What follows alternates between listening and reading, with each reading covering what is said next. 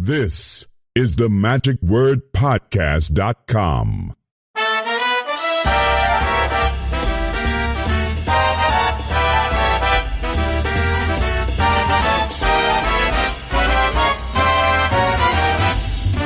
Hello, this is Scott Wells for the magicwordpodcast.com.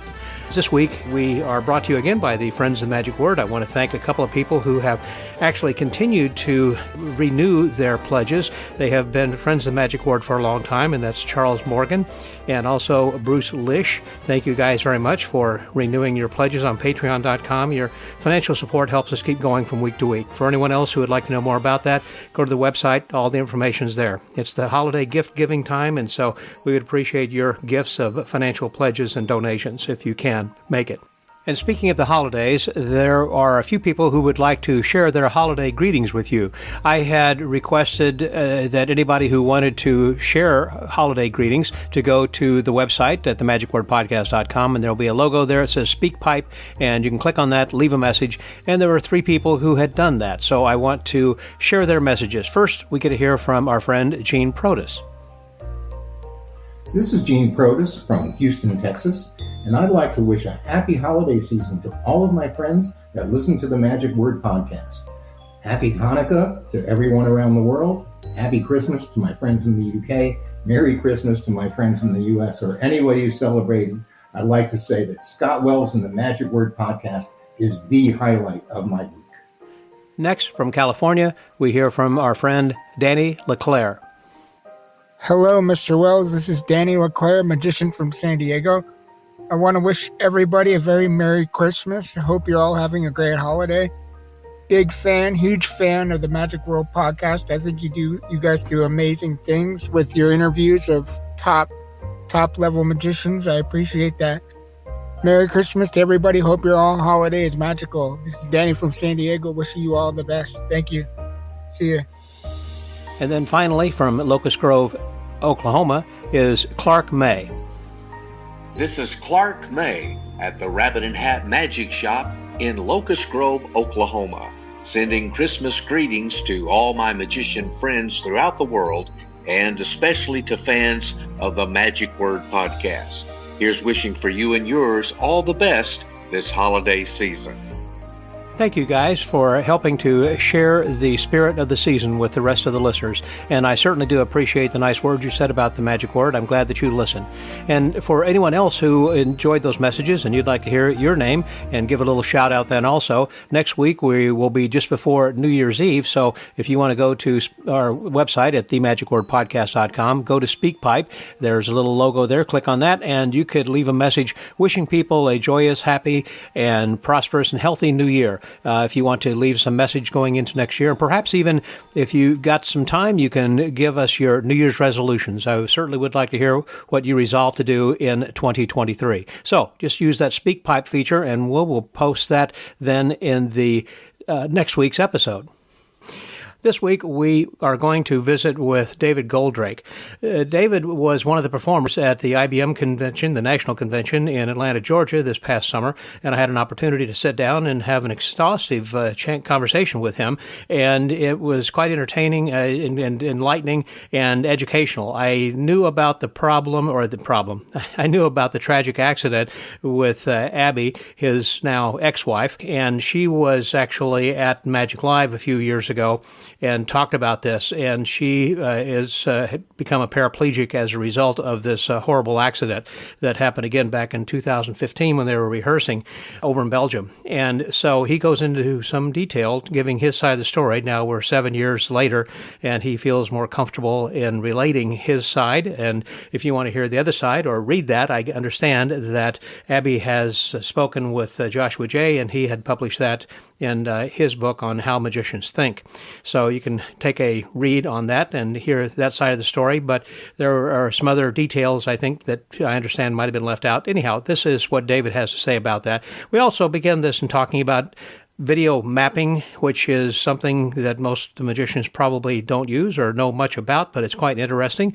And we open up by talking about that and then get into the tragedy that happened, as well as some do's and don'ts and some things to beware of if you are an illusionist, and why now you should, of course, check and recheck even before rehearsals. Well, anyhow, a lot will be said here this week, and this is quite an interesting and enlightening conversation we have this week with my guest, Mr. David Goldrake, here on The Magic Word.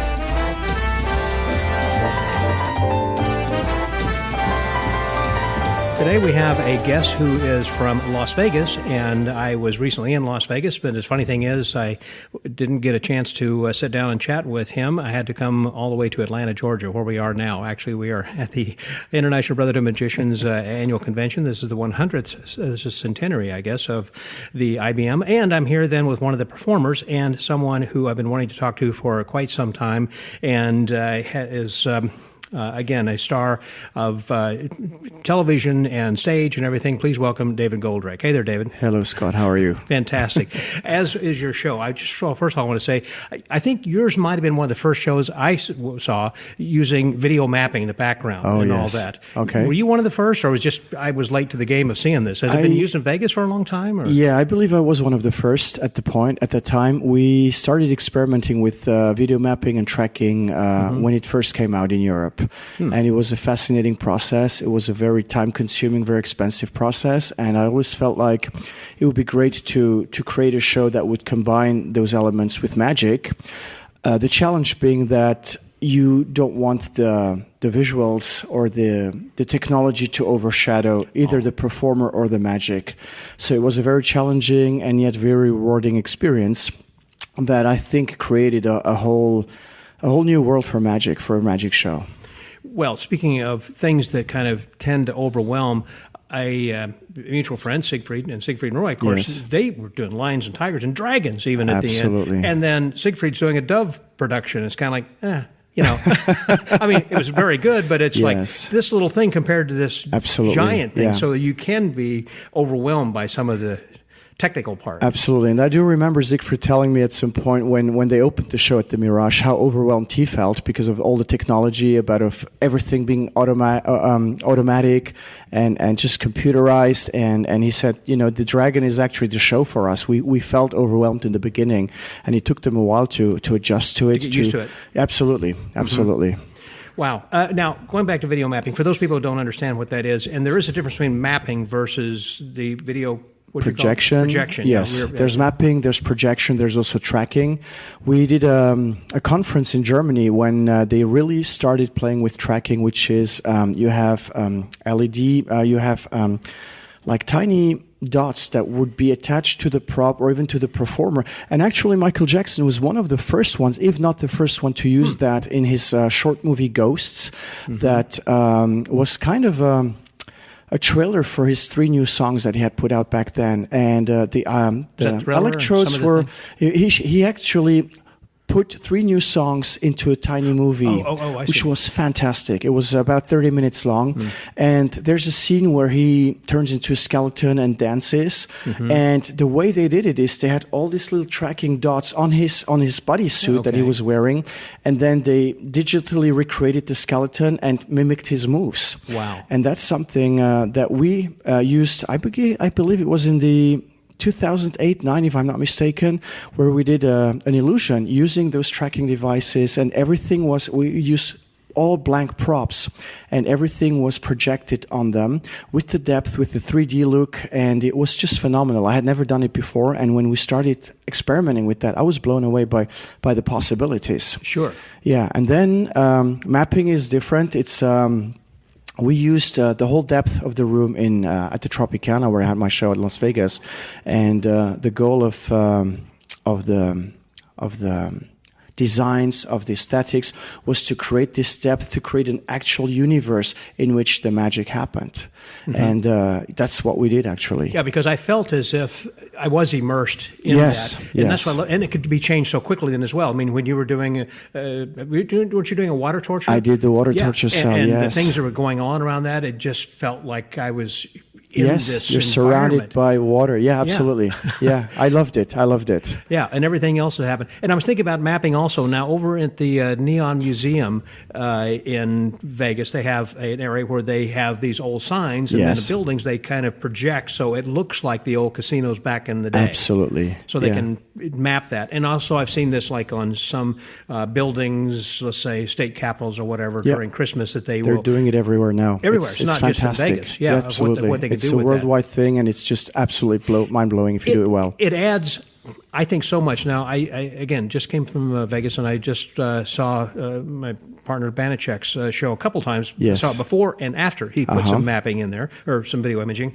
And beforehand, always a great show. Yes. But when he actually had this background of everything, 50% better, in my opinion. I told him that. It does add a lot. It does add a lot. It fills more of the theater. He's in a larger theater to begin with, and he's doing an intimate show. But this widens and makes use of the stage, I think, a lot more when you do have that option. Now, it's a lot cheaper than, obviously, because you're not having to build props. I just was in Branson, and I saw Rick Thomas's show then doing the Mansion of Dreams, and you've seen that show before. I mean, the Mansion of Dreams that he does with that video mapping. And now he's done a lot of that stuff himself as far as like the video. Do you do some of yours as well? No, we had professional people do it from Europe. They actually did Le Rêve in Las Vegas. They did Celine Dion's first show, and they recently even did Chris Angel's latest show, which is called Mystica. Yeah. So this is the same team that's been working on my show back then, that worked on my show back then. Yeah, Mystica is, again, similar to yours from the standpoint it's projected on the sidewalls as well as on behind them, so you have that immersive experience. It's literally the same team. That's why I had that feel. Yeah. That makes perfect sense then as well.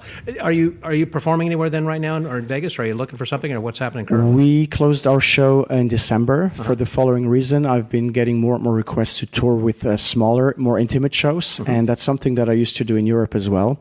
I love the intimacy of parlor magic, so I've been mostly on the road for the past 6 months. However, we are in talks with various casinos in Las Vegas. Given the current market circumstances, I'm not really that excited to open now, but I'm thinking about next spring. That would be a great opportunity to open in a new casino and possibly recreate Imaginarium 2.0 or even a different show. That was the name of your show, Imaginarium? That was the name of the show, I'm glad you reminded me, because I'm sorry. That's fine. It's been a while.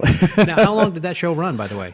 We were there almost 2 years. Okay, at the Tropicana. Was that the same room where Rick Thomas used to perform? It was the same room Rick Thomas used to work. They had Folie Bergère there with Lance Burton, Siegfried and Roy. So it's an 1,100-seat theater. Right, yeah, right. Gorgeous theater. Currently, what is in there? Is that the classic or the magic? Currently, they Legends? have Legends in Concert. They have Purple Rain. They also have a third show. MJ Experience. I think that the one that moved over from the Strat. Absolutely. The same guy who Perfect. Was, yes. Yeah. You're more up to date than I am. I love it.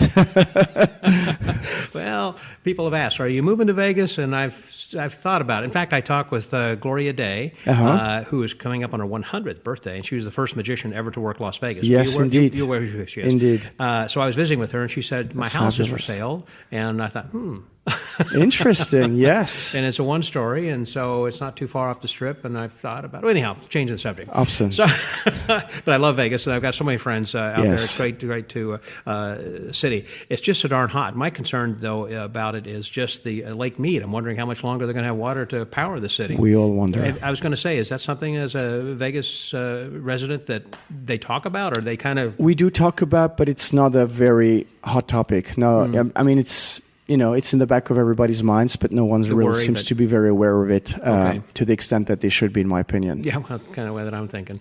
But anyhow, as to the show and the thing when you were saying that you were touring over, because you're not from the U.S., you're from... I'm from Europe, from Luxembourg, one of the smallest countries. I've been to Luxembourg. You have? I actually flew in. First time I ever went to Europe was in 1972, and I flew into Luxembourg via Icelandic Airlines. Yes, that makes sense. They were still flying back then, yes. That's when...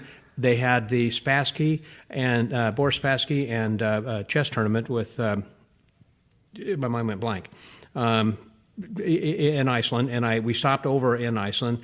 I was in college, and we went from there to to Luxembourg, and then spent the summer over there. Yeah. But of course, Bruges is a beautiful little city, which is in Belgium. It's Belgium, actually, yes. which is next to yes. Luxembourg. We are is that right? about 2 hours from Bruges. Yeah. Okay. Our country is 30 miles by 60 miles, so it's super tiny. It's between Germany, Belgium, and France. Yes.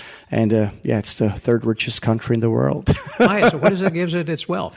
It used to be a steel industry-driven country, and now it's all banks. So, and because we're so small and central in Europe, the new Switzerland. It's kind of like Switzerland. Yeah, we're independent as well. So, yeah. And do you ever get back? I assume you have family still over there. I do have family over there. I get back every, once a year, maybe twice a year. During the pandemic, obviously, I didn't go back because no one traveled. And the native language is French? Luxembourgish. Yeah, we have our own language, which is Luxembourgish. We also have 2 official languages, which are French and German. So that's so it's kind of a combination in a way, I guess, of the 2 languages, or Luxembourgish? It has become. There are some words that have been taken from both languages, but originally it's a German dialect, But you moved to the U.S. when? 5 years ago, 5.5 years ago, actually. Because your English is impeccable. I would guess you moved here when you were 7 or 8 years old because you speak it so well. I learned it a little later, but thank you. It's is English kind. one of the languages they teach in school, I assume? Yes, in high school. Okay, that makes sense. We learn English in high school. Because they always say people who... what is that? Speak 2 languages or are bilingual? Yes. Yeah, those who it starts with the trilingual, bilingual, and then Americans. But it's not just Americans, and it's fully understandable. America's a continent; it's a huge country on its own, and most people don't need to travel abroad. Yeah, you have everything you need here. Was it Vegas that appealed to you, that you came over here? Yes, we got the contract at the Tropicana. I actually started performing in the U.S. in 2002. My first engagement was at the Magic Castle, and it's actually going to be 20 years this year. So and you're going back?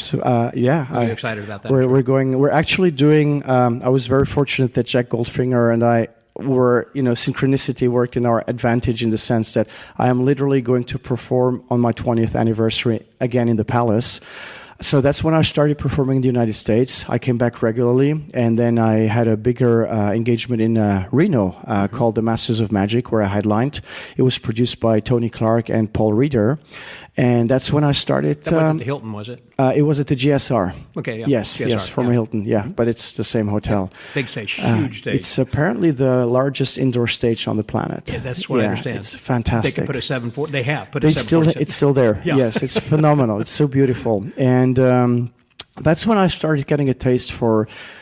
I wouldn't say American audiences because I had already that taste, but it felt like home. And I started approaching, the entertainment directors in various casinos. And then we got the contract at the Tropicana in 2016. We signed it. And I opened in 2017. And then you played up until basically the pandemic? Almost before the pandemic, yes. Yeah. I remember, of course, the tragedy that happened, if we could talk about that. We can. Okay. Because she was talking at the Magic Live about this. I'd forgotten her name. Abby. Abby. Yes. That was your wife? She's my ex-wife now, yes. Yeah, I understand that. And so she had, it was during levitation, and so go ahead and tell the story. Okay, I will tell the story because it has been rewritten by another fellow magician completely wrong. Oh, well, I'm glad I got this from the source. So some people start to rewrite history, which has happened a lot over the past, centuries, I would say. So first of all, we had the accident together. We were performing, we had been performing the double levitation, which I created many, many years ago. We started in 2014. And in 2015, we were rehearsing it for an upcoming tour. And we had been doing it for 3 weeks in the rehearsal room, in the smaller theater. And then we went to the actual theater we were supposed to start our tour in. And on the night of the dress rehearsal, Abbey went up the 10 feet that the levitation goes up. And then I went up the 10 feet. Right. And she's lying horizontally. I'm vertically behind her. Yes. And at some point, I feel a slight jerk, and I see my technicians kind of coming closer visually or optically, and I'm like, this is weird. And then I look down, and I see the floor coming closer, and I realize we're literally, the whole unit was tipping forward. With both of us on it. It wasn't going straight down, it was tipping forward. It was tipping forward, yes. And I held her neck, I held her back. I just yelled, hold, because there's a little handle she could hold onto. Yes. And as we fell, I landed with my entire right side on the floor. The back of the levee hit my neck, and she was laying flat because that's what she was doing to start with. And I remember just going, everything's fine, and looking at our entire cast and crew and say, we're all good. Abbey, are you okay? And she was just panting, like, here, I can't breathe.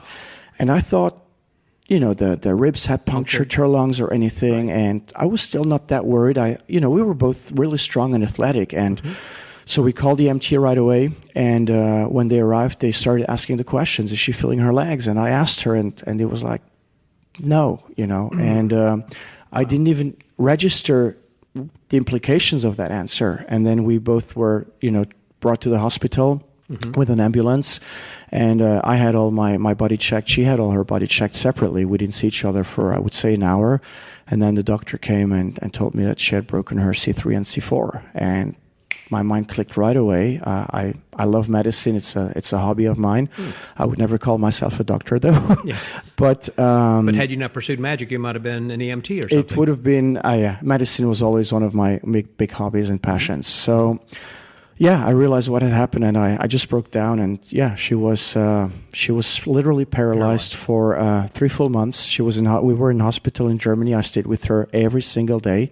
So the first 3 months, and I didn't say it correctly, she was paralyzed in hospital for 3 months, but she stayed there as an inpatient for 9 months. And that's where you were, by the way. I was mistaken. For some reason, I thought you were in the U.S. and in Vegas. No, we were in Luxembourg. We were in Luxembourg, and then she was transported to Germany because I called all my doctor friends in Luxembourg, and I said, what do we do? And they all said, you have to bring her to Germany.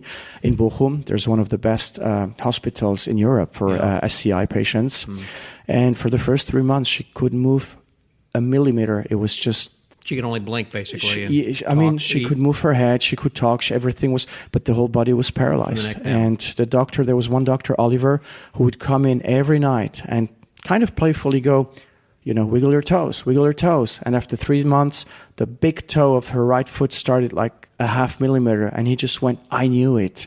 We all cried. It was phenomenal. And she was on a breathing machine. Yeah. That's something she got off after 5.5 months to 6 months. And it was the same process. 3 seconds in the beginning, then 5 seconds, then a minute, then 2 minutes until she could breathe for 24 hours without the breathing machine. And she still is an incomplete quadriplegic.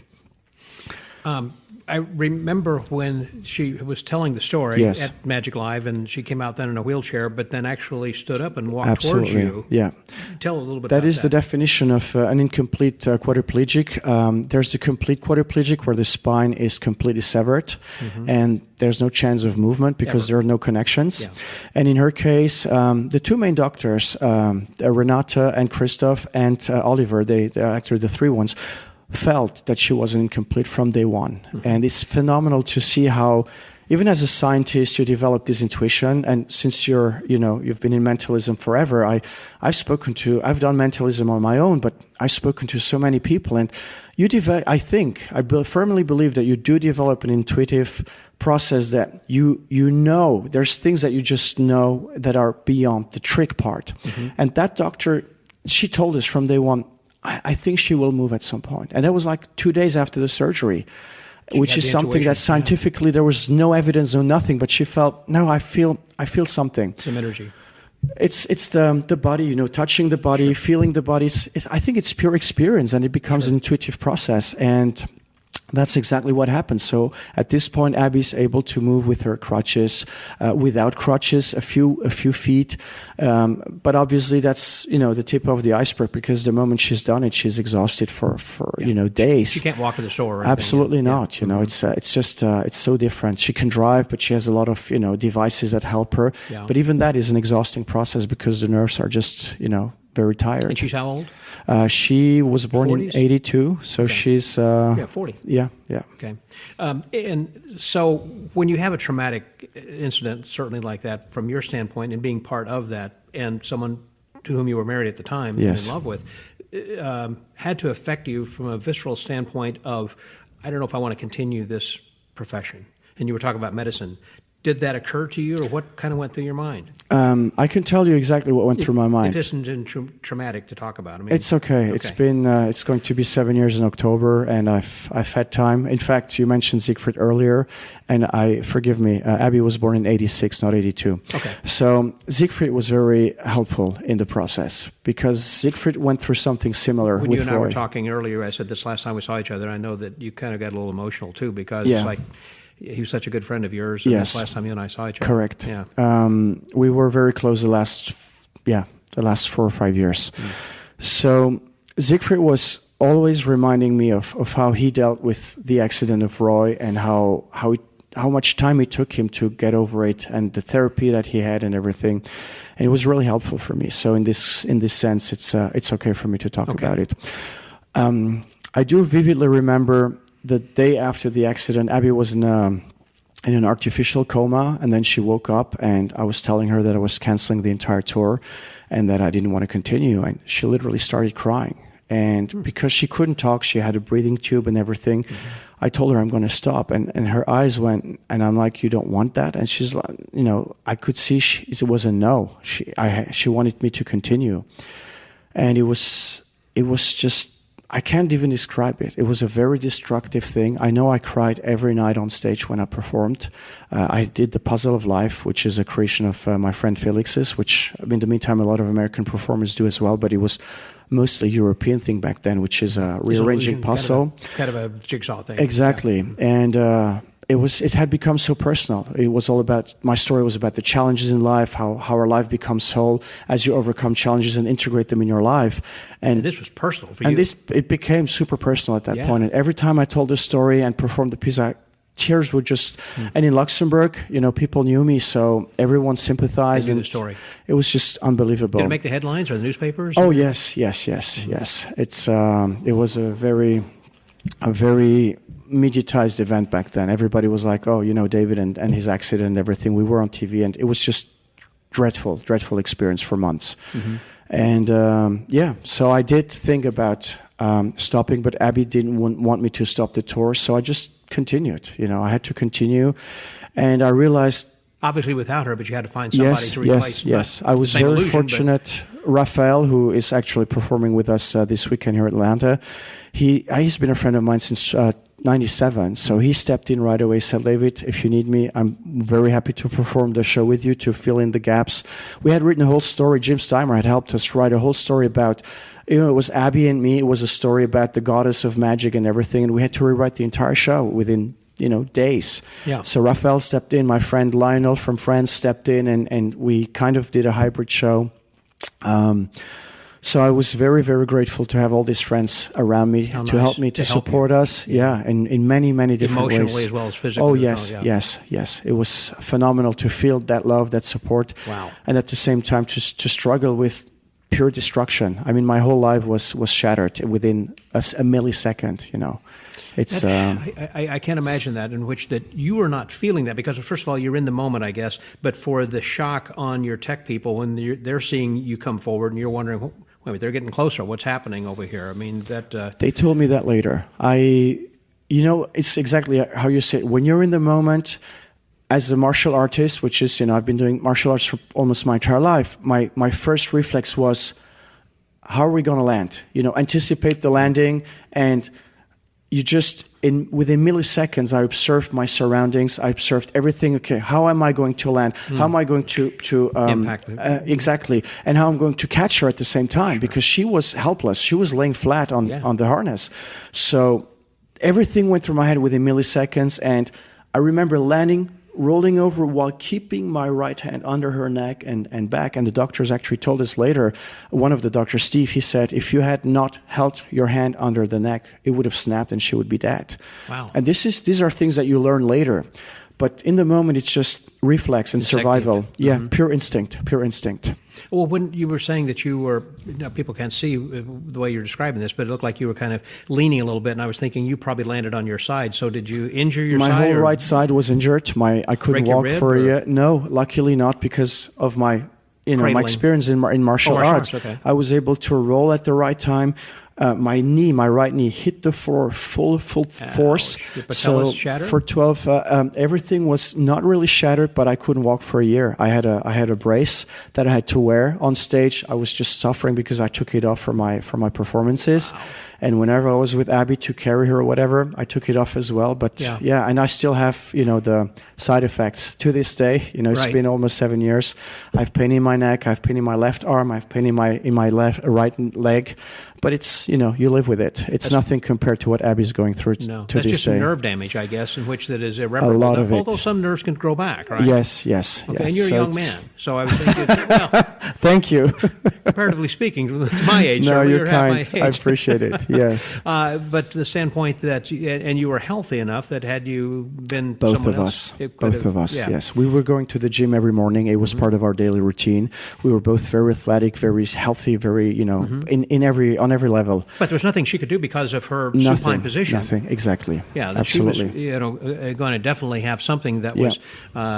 She was going to take a fall one way or the other. I guess that was going to be. Yeah. And did she say anything on the way down, or what's happening, or no, nothing. Until she hit? It happened so quickly. I just yelled. I remember, hold. She grabbed the handle. I had my both hands under her, and I was anticipating the fall with my legs and my brain, and bam, the thing hit me in the neck. Yeah. She landed on her side, which is also why she had some damage on her right side as well. But yeah, the neck was the main element that was, destroyed or damaged. Wow. Now, because I don't know how much of this you want to get into as far as what the insurance was like, or as far as was this a hotel, was it a casino? Is there, as far as who is to? I can delve in that quickly or shortly. Since this happened in Europe, rules are different. That's why I was curious. Yes. Over here, there's no lawsuits. There's no anything. Insurance stepped in right away. And medical insurance, to this day, I haven't paid a cent for anything. Is she from Luxembourg also? She's from Bridgeport, Connecticut. So she's American. Yeah. Okay. Yeah. Had it happened here, the process would have been so much more complicated and gruesome. But in Europe, everything was taken care of. We never saw a bill. She got the best treatments ever. There was even a process with an exon skeleton that was developed by Japanese and American and German scientists that costs a fortune. Luxembourgish government allowed us to have that treatment. So every 2 days after a while, she was able to use those exon skeletons that were also developed for military. Right. So it was phenomenal, and we didn't pay a cent. Wow, which you could still use then, I guess, today to help her walk? No, she's since we're living in the U.S. now separately, though, but she's that was just part of the treatment. Now, as I understand, you're saying his ex-wife, and so she had left now, and I understand this, she's completely out of magic, not interested. I mean, you see each other from time to time, but she's not assisting or... We are in touch, but she's living her life, I'm living my life. That's what I mean, you're separate. After 8 months... But magic's not part of her life anymore. I don't think so, no. Yeah. But still a big part of yours. Yes. And carrying on. Yes. Are there some tips that you would suggest? I mean, there are people, like Rick Thomas does that, and several other people do these kinds of illusions then as well, that you would, I think even Reza does that. I think I saw him do that when I was in Branson. It's something that a few people are still doing. Yeah. Would you caution people to think about taking that out, or? No, not at all. I would caution people to not listen to the builders. Just listen to your gut, listen to reason, whatever they tell you. Add 200% of safety, whatever anyone tells you. And regardless, not talking just about this illusion, but any illusion. Yeah. I've seen things go wrong with very simple illusions because magicians trusted the builder. And I understand, builders are not all engineers, and not everything is thought through the way it should be to 100%. Some illusions are in prototypes. Granted, the double levitation was not. But just follow your instinct, follow common sense. If they tell you it's safe, triple, quadruple, quintuple check just to make sure that you are on the right side. And And do you do that also prior to the show? I mean, I know a lot of guys will say, okay, I'm going to double check, like Mario was talking about, checking the batteries for his robots just before he goes on. Yes. The same thing, do you check all these kinds of things? We did that. We do it. In this case, I can tell you exactly what had happened. The double levitation should require a lot of counterweights in the back. Sure. And we were told by the builder, it's kind of balanced in a way that you don't really need it, but it's good to do it.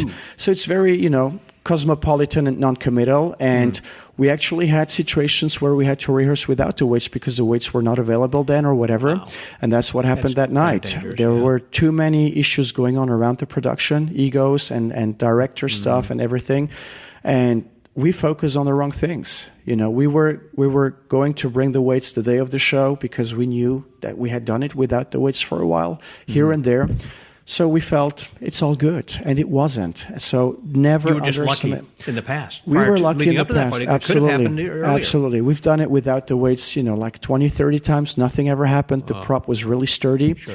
And then something does happen. So never underestimate anything. Just double, triple check. Mario was right about the batteries, about the thread, about anything you use. And these are, you know, futile things or trivial things compared to an accident. But some things are actually dangerous. Even the water tank, you know, I've done the water tanks, I don't know, 400, 500, 600, 1,000 times. We have like triple, quadruple safeties, and yet anything can happen. Have you had issues with the water tank? I've had one, which was very interesting, and I was told by Charles Bach that he experienced the same but worse. There's a point when you do the water tank, or even diving, where there's a disconnect between your brain and your body as you're fainting. In the water, you're in fainting. the water. Oh my God. And so I was warned by my diving instructor that this could happen at some point. Yeah. And he told me to be very alert. And since I have a really great kinesthetic and body awareness, which I'm very grateful for. So I'm in the water tank, and at some point I feel like my brain is acting differently than my body, and something is off. And I remember his words. I'm like, David, you're fainting. So I just kind of shake myself back and release myself and jump out of the water earlier than I should have for the performance. And my crew actually told me what was happening. We saw you kind of slow down. You were not moving anymore. And then I spoke. They were getting ready to. They were ready, but I came out luckily. And then months later, I spoke to Charles Barr. It was a completely unrelated event. We were talking, you know, about personal things, and he's telling me that he's on a cruise ship in the pool. They had to take him out. It had happened to him in the same way, except he didn't realize it. So your brain is kind of still active. You think you're conscious, but you're not anymore, which is completely weird. And I was so fortunate that my diving instructor, as I said, had told me before while we were practicing for the water tank, beware, this can happen. This has happened to apnea divers and anything. So just be aware that it can happen. So that's the only thing that ever happened to me. So do you stop breathing then, or do you start? Well, you're underwater anyway, so you're not breathing at all. Yeah. You're holding your breath, but it's kind of your brain just stops functioning. You're passing out, and yet but your subconscious is still there. Yes, so you're somehow still semi-aware, and I was very lucky to notice it early enough. And then I was like, no, get back, come out. Yeah, my guys were like, what was happening? I said, I don't know. I just felt completely off. Yeah. The guy, speaking of Mystica a little bit earlier in Water Torture, there's a gentleman, who is that does the Water Torture in Chris's show in the Mystica? Do you know his name? You know what? I don't. I think it's Landon Swank, because I was looking at the credits. Chris invited me to a show a few weeks ago, and I saw it. I know there's a few performers, because Chris isn't in the show at all. He's just a producer. He's voiceover. And I think it's Landon Swank who does the water tank, if I'm not mistaken. But it seems like he was like 2.5 minutes, which I remember Spencer Horseman was going a little bit longer than that. Yes. And I know it's a very, and I think I'd heard Chris or somebody say he sometimes goes longer. You know, there's no telling underwater, unless, are you watching the time, or do you see the clock? I'm listening to music. Oh, you are? I love music, and I have a condition that's called synesthesia, so that helps me. With that. And so I'm listening to the music, and I have everything in me, and so I know when it's time to get out. Sometimes it's, and you have to know that it's a very mental process. A lot of people admire the physical prowess of being underwater, but it's, in my opinion, a purely mental, not experiment, but exercise, in the sense that when I was in a good mood, when I had a great day, going underwater was meditation for me. I would look forward to that moment to just go, yes, just dunk me. During the show, because everything else going, now's my time to relax. Yes, I'm serious. And I'm a loner by nature, so being in that water was 2.5 or 3 minutes of meditation, just picking those logs and just listening to the music, relaxing, and having my mind moment. If I had a bad day, which was more often the case because, I was taking care of Abbey during the day. Yes. We were fighting with the casino and with the crew, and whatever happened, I would be so tense that I couldn't wait to get out of the water. And I felt so tense. I'm like, I got to get out. And no, David, stay. You have to stay for that much time. So it's a purely mental exercise. It's like David Blaine. I've spoken about it with people working with him, and they told me, he can stay underwater for 20 minutes because he has had extensive training. Yes, and that is amazing to me. It is amazing, but it's feasible. If you do the right exercises before the show or during the intermission, it's absolutely feasible. But David, when he reaches his 8 minutes, it's like, I should get out, but maybe 4 more minutes, and people go like, oh, this is awesome. But it's phenomenal what's happening in your mind. I believe Chris has done it as well in the past. In New York, he was in this globe. Right. So it's a purely mental thing. It's phenomenal how much the body and the mind can work together to do supernatural things. I recall hearing David talk about that on the Joe Rogan podcast. Yes. In which he was talking about all the training that I guess he had worked with in the Navy and the Navy SEALs, and about also breathing exercises that he had to do, and then little at a time building up. I mean, that I would recommend for people to go back if you haven't heard that. That's a phenomenal episode. It is. But it is a special thing. How long do you typically go? Do you try to, like with Chris saying, I think I'll go another minute? I mean, do you kind of... Yeah, my music is timed. Yeah. And for what? 4 minutes? I'm at 240 or something 240, like that. 240. I could stay underwater for 4 to 6 minutes if I wanted to. Don't you find that to be more dramatic for the audience? I think it gets boring. Times have changed, We're in the middle of this. I mean, we're past the transition, I would say, but the time span that people can watch something and think short attention spans. It's completely changed. Even for that. Oh yes. Oh my gosh. I've experienced it myself. I'm still old generation. Yeah, I can read a book for hours. I can watch read stuff. A what? A book. Exactly. But it's I've noticed it with myself. After a while, it does get boring because it's the same thing. It's the same process, and people just go like, "Okay, we're done." When you're watching the audience, also, I guess. Yes, I observe the audience, and it's not the same anymore. You may, remember is the wrong word, but if you reread all the reviews of Harry Houdini's shows, for instance, where he was behind that curtain for minutes, 10 minutes, 20 minutes. It was a whole act. Right. That's not happening anymore. And he was already out, and he would just kind of hit the curtain or whatever. Exactly. But the audience was like, "Oh, is he going to make it?" Yes. And they wouldn't leave. They wouldn't go Nowadays, to the bathroom. it's completely different. I understand that, but that was 100 years ago. Absolutely. And I understand the short attention span. But even so, do you think perhaps they may have been jaded a little bit by watching David Blaine and seeing some of these other people and thinking, he's not going to die on stage? I don't think so. That's, I think, inherent. We're going off on a different subject here, but that I think is something inherent in danger tricks. In other words, they're going to, particularly like on America's Got Talent, the guy's going to live. I mean, they're shooting arrows or whatever. They wouldn't broadcast it if the guy dies. Jonathan Goodwin, for an example. Yes. So sad what happened to him. I mean, that's amazing. Yes. And for those who don't know, he had something. He was in the AGT show, I believe, in Luxor. And there were a couple of cars that were going to be supposed to crush him and essentially did. Long story. But he's not going to be coming back. I understand it's pretty darn serious. I mean, he's alive, but not coming back.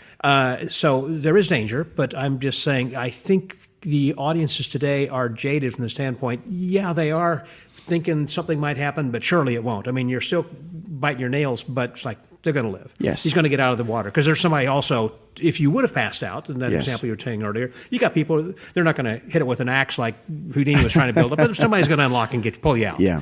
So you're not going to die. So what are your thoughts about the audiences today? I think the audience still has that fear that something can go wrong, and things have gone wrong to magicians, including myself. Like even with the Tigers, with Siegfried or Roy, it's something that there's an inherent danger that people are aware of. Obviously, there's this optimism and anticipation that nothing will go wrong, and it's part of the thrill. And I think it's all about presentation at the end of the day. You have to make that journey interesting. I remember Max Maven many decades ago talking about especially in mentalism, the journey versus the result. And you compare it to a football match. You go to a football match and you're rooting for your team, and even if they lose, if the match was interesting and really engaging, you don't care. You had a great time. Sure. And as a mentalist yourself, you have this journey of whatever it is. Maybe you have a piece of mentalism that would take 7-8 minutes until they reveal the denouement. And imagine you end up with a failure. You completely got it wrong. If the journey up to there is interesting, and if the process is engaging, and if people are really like immersed in the whole thing, you had a great time, and you will forgive the performer. You go, wow, but it was so cool. Yes. Up to then, I had such a great time. And I think an escape, the build up to the actual escape moment is the same. You have to make it interesting. That's why when Jim and I designed and devised my water tank version, it was all about being visible and having different elements, different beats in the routine that would add to the actual process and that would make it interesting. It's like in acting. I studied acting. I had an acting coach, and you have this exercise with the chair where you sit on a chair, and then after 10 seconds, make it interesting. You change your position, make it interesting. You do something else, and it goes on until you're out of solutions. Well, I'm on a chair. What else do you want me to do? Yeah. And this is the same for an escape. I think the process has to be interesting. Right. Yeah, the process does have to be interesting. So, but oftentimes I think when it's built up as if you're trying to beat the clock and you're saying, okay, well, I'm going to try to beat my own record of 2 minutes or whatever it happens to be, that's when it's a journey getting there. But it does happen to be the time. Absolutely. So it has something obviously to do with that. Yes, yes. And the build up to it, that you're not going to be able to get out, that these are genuine handcuffs and all the rest of whatever. Absolutely. We have everything examined. The spectators come on stage before the actual act. Yeah. Yeah.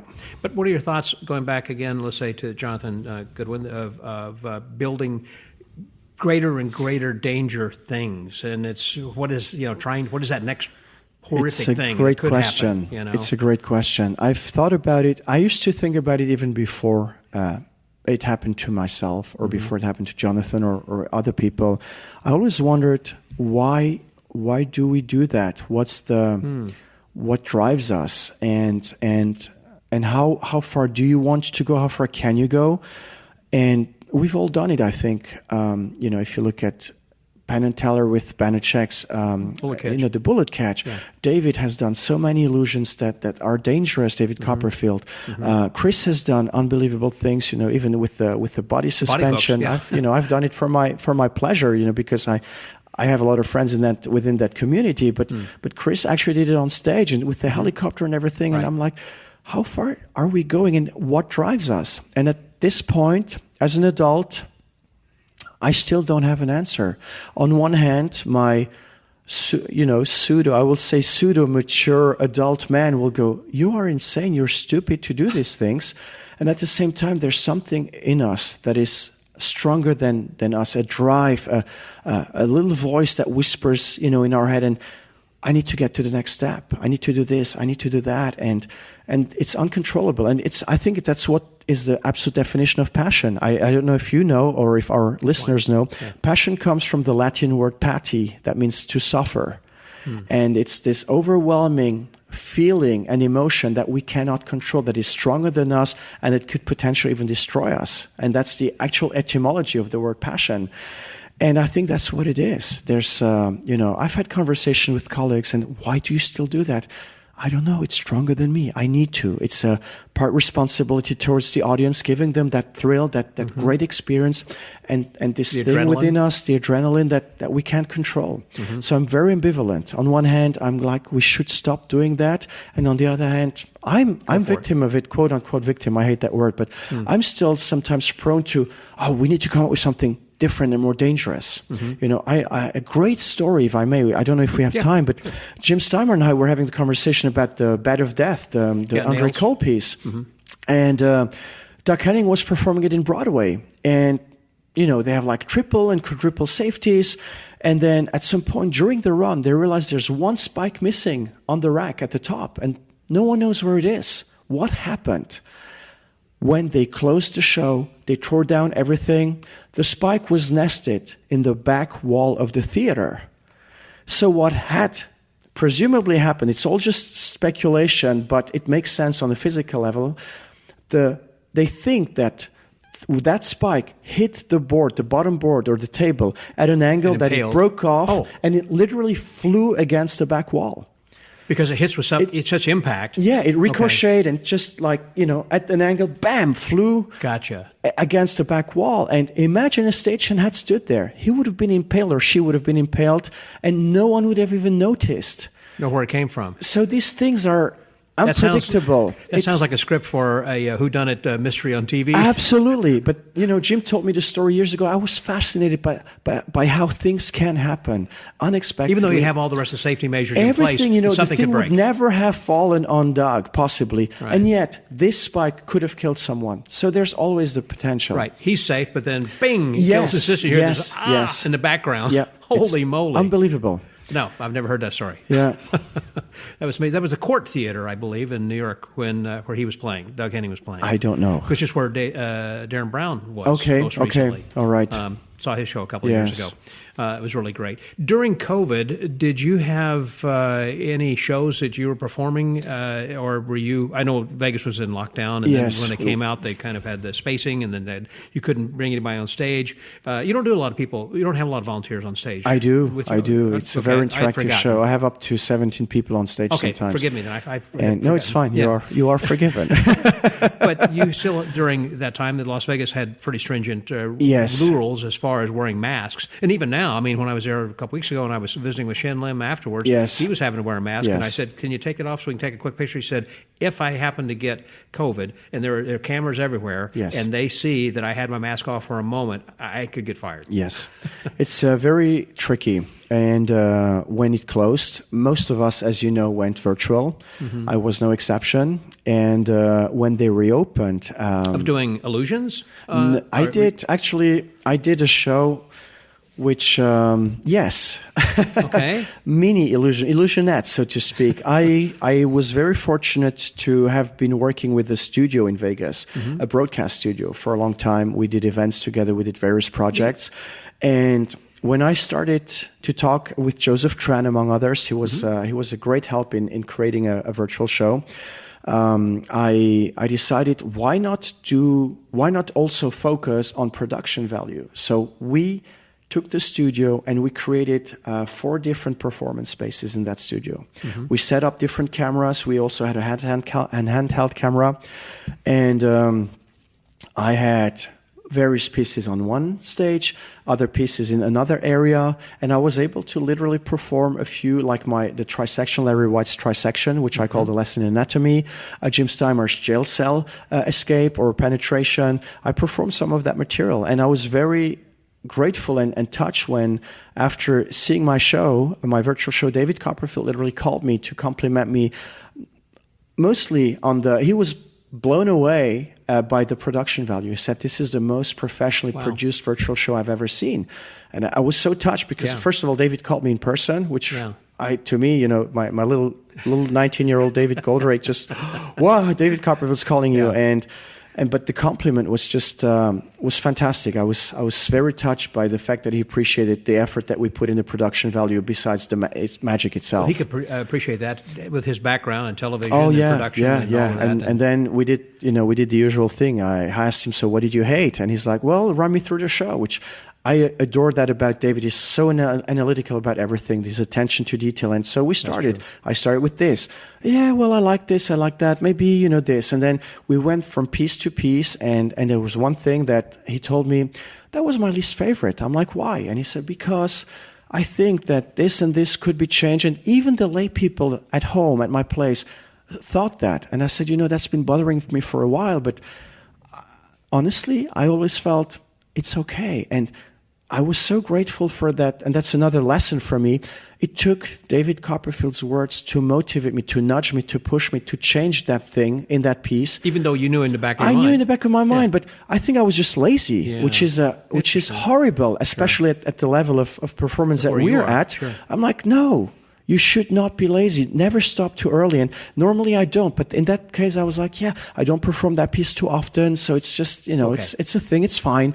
But no, David told me, and I called Bill Smith the following hour, said, Bill, we got to fix that prop. I brought it to Bill and we fixed it. And to this day, I sent David a picture right away when it was finished. I'm so grateful for that because it's, this exchange we had. And so, we went virtual first. Mm-hmm. And then Vegas kind of reopened it was weird. We had a phase in 2020 in October, September, where bars were allowed to be open to a certain extent. For locals, I guess. Yeah. Because, there wasn't There was no tourism, yes, absolutely. So there was one small theater or a venue, it's because it's multiple theaters, called Notoriety. Downtown. Sure. Exactly, that had opened. So I spoke to Ken. That's where Vinny Grasso is. Exactly, and that's where I was. So I spoke to Ken starting September about working together because it was a great moment to be active, actually. So we started talking, and then the law changed again, so he had to close. Mm-hmm. And we opened in February 2021 in the same theater that Vinny is performing still now, or kind of, because he's mostly on cruises. Yeah. But so it was a great start, I think. And yet, as you said, we had so many limitations. People had to be 6 feet apart. They had to wear a mask. They had to do this. They had to do that. So you have a 200, 250 seat theater, and there's only a 20, 30 people actual capacity. Yeah. But it was an opportunity to be active, to perform, to get your name out there again, to remain relevant to some extent. Yeah, exactly right. Yeah, and then slowly changed to full capacity, which was nice. Right. And and it differs by theater. I noticed that when I was there in June, I went to 20 shows, and that you are brave. And the only one that was super sensitive was Shin Lim's show, and I mentioned about him wearing a mask afterwards. Correct. But even during the show, when volunteers were coming up, they were pumping, some disinfectant in their hands and giving everyone a mask when they came on stage. That's fantastic. And that's the only show that did that. Others had some audience participation, and they weren't going to the extent. If people were wearing masks, that's fine, but they didn't hand them one as they were coming on stage the way that Shin's group did. For a long time, I kept wearing a mask. I had one of those transparent plexiglass masks. I use that too. And so at least your mimic is visible. People see you, your participants. David McGee was the one who told me about that. Okay, cool. And I saw his show in Fort Worth many years ago during COVID, and he was handling that way, and I said, man, where'd you get those masks? And I ordered some of those. That's why I started doing it too. Because your expression is so important. Absolutely. And if you're wearing a mask, they can't tell if you're smiling or not, even though that your eyes might express that. But on stage, it's impossible. It is. Yeah. I was very sensitive, but not to that point. There were moments where I even encouraged people. I said, if you don't want to come, if you're uncomfortable, please stay where you are. And if I needed two more spectators, like I perform the Keller rope tie. Yeah, I remember that. I need 2 participants, and I would say I would rather have people from the same group. So if there's a gentleman or a lady or 2 gentlemen or 2 ladies from the same group that feel comfortable being on stage with me together, please feel free to come up. That's how I handled it initially. And then, things opened, and common sense also kicked in at some point. So I was like, you're responsible for yourself, so I'm responsible for myself, and let's handle it in an adult way. But I fully get it, right. Right. Yeah. Well, as we start to wrap up, what about in the future? What are your plans then from here on? Now that things are kind of back open, I guess, and Vegas is full swing, and tourism is big, and things are happening. Like we said earlier, we are talking to some casinos. I may reopen a show in Las Vegas. Mm-hmm. I'm very ambivalent about that as well. I love touring. I've always loved touring. I've toured very extensively throughout my life and career. Well, you have a tour bus, or you have truckloads of stuff? At this point, it's mostly parlor magic. Okay. So I have my van. I have a trailer if necessary. So I have my whole show that goes with me, and I have a wonderful time. How about conventions? You're here right now, of course. Yes. Are you doing some big illusions here then too? I'm going to do a few illusions here. Okay. I'm honestly, I haven't done that many. I haven't done that many conventions in my entire life. Do you like for it? various reasons. So far, I actually do enjoy it. Yes. So you wouldn't mind? I'm mentioning that because there are organizers who might be listening to this. Oh, that is true. Yeah. So pitch it, brother. Thank you. I'm not that. My brain doesn't work like that, but thank you. I do enjoy it. I'm surprised I'm actually enjoying it because I'm actually a loner. I'm not that very social. It's part of who I am, and it's not a negative thing in my opinion. But being around a lot of people makes me uncomfortable. Mm-hmm. And a lot of magicians are that way. Okay. You're not unusual. So I do enjoy hanging out with my close friends. I have a few friends that are here, and watching other people. I saw some talks this morning which were phenomenal. Mm-hmm. So yeah, I would not say no to a convention, depending on the conditions and everything. Because I know when I speak to organizers, they're constantly looking for illusionists. There are so few traveling illusionists. I know why. They can get all the close-up guys they want. Yes. And a lot of parlor guys. I get booked as an MC because there are not a lot of people who do MC work like I do. But likewise, there are very few illusionists who will travel because they have the equipment, they've got the setup, they've got the sound and light, and usually assistant or two are dancers or somebody else. So there's just a lot of time and effort it takes for an illusionist to get to wherever they're going to go. Absolutely. So, I mean, obviously, you appreciate that. But you're willing to do that, I guess. I wouldn't mind if it's a nice convention, if the right people are there, absolutely. Yeah. Yes. Yeah. So that's something, again, that's a possibility to do some more conventions then as well. And so, again, hopefully that the thing will work out then with the casino. I know, for an example, that speaking of David Blaine, he's going to be opening at the Hilton, I believe. It's a Resorts World. Resorts World. Yeah. Resorts World. But I heard, initially we all thought it was a longer engagement, and as far as I understood, it's a limited engagement. So it's not a residency. It's the end. No, I mean they call it a residency, which is what headliners do. But it's going to be 3 days a week for 2 months. I think it's going to be a total of 8 or 9 performances, if at all. So that's what David's doing right now, and I think it's starting at the end of September. I'm pretty excited. If I'm in town, which I may not be because I'll be in Europe again for 3 months almost. So I hope to be able to see him live. Yeah, I'm looking forward to that too. I was just talking to Mario last evening. Yes. And he's been opening for David. They've been friends for a long time. I did not know that. Yeah. Okay. Isn't that kind of a strange, surreal thing? I mean, David Blaine and Mario the Maker. I mean, you think about children and adults. However, he said, I have a lot of kids who come to the show, and it works out perfectly, and they've helped each other. That's fantastic. Anyhow, so he said, I said, are you going to be part of the show? He said, not at this point. He's going to ask me. And I said, is there anything that you can tell me, or are you under an NDA you can't talk about? He said, I don't know, but if I did, I can't tell you. Okay, so, yeah. And I'm sure, but he said, I know that what he's got planned is going to be exciting and new and some different things. So I think that's going to be good if people get a chance in September to get it out to see him. Well, I appreciate your time. Tell me then, as I close this, because the name of my podcast is called The Magic Word, what is your phrase? I mean, you're talking about passion and so many different things that are important in your life. What is your philosophy of life? What do you live by? Not a word. It could be, again, whatever is important. What do I live by? I would say kindness. I've heard the word love being said a lot of times around me. And I think for me it's kindness. It's, wow,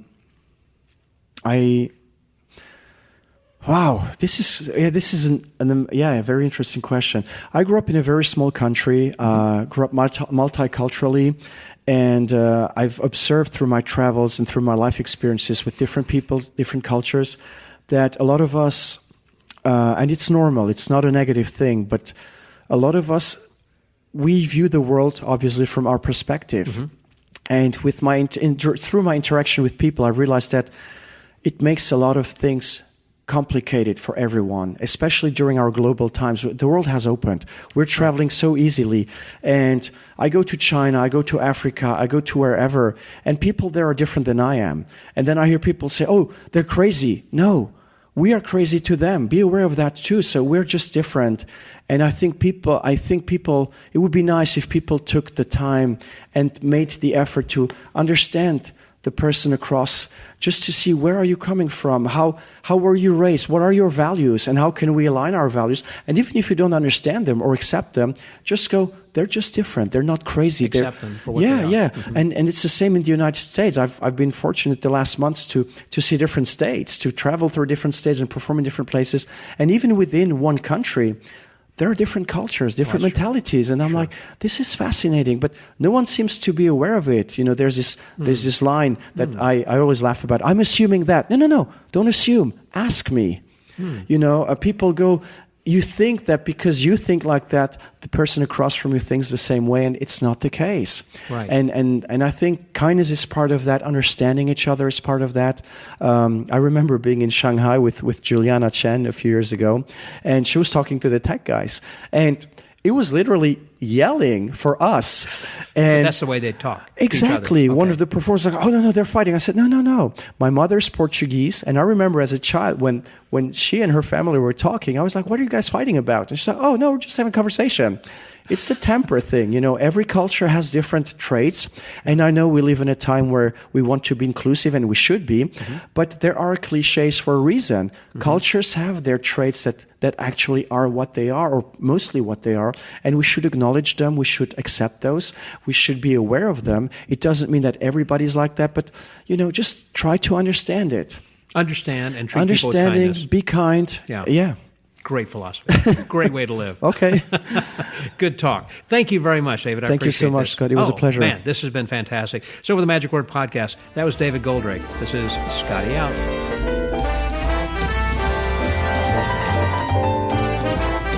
Thank you, David, for your time. I appreciate your words and also your friendship and taking the time to sit and talk with us and to open your heart and discuss some things that were not only heartfelt, but I know emotionally difficult at times then as well, to recall some of those situations that happen in your life. But it sounds like things are moving in the right direction, and I look forward to seeing you somewhere on the big stage again soon.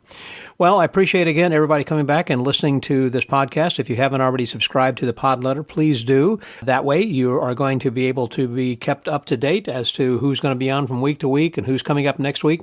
So next week, we are going to have another great entertainer, someone I spoke with when I was at FISM in Quebec, in fact. So it's a friend of mine that has been kind of on the back burner for a while, and I'm really anxious to release this coming episode. And that's going to be with somebody whose name is in the pod letter. So if you subscribe to the pod letter, go and check it out, see who's coming next week. If you don't, then go to themagicwordpodcast.com and subscribe to our pod letter.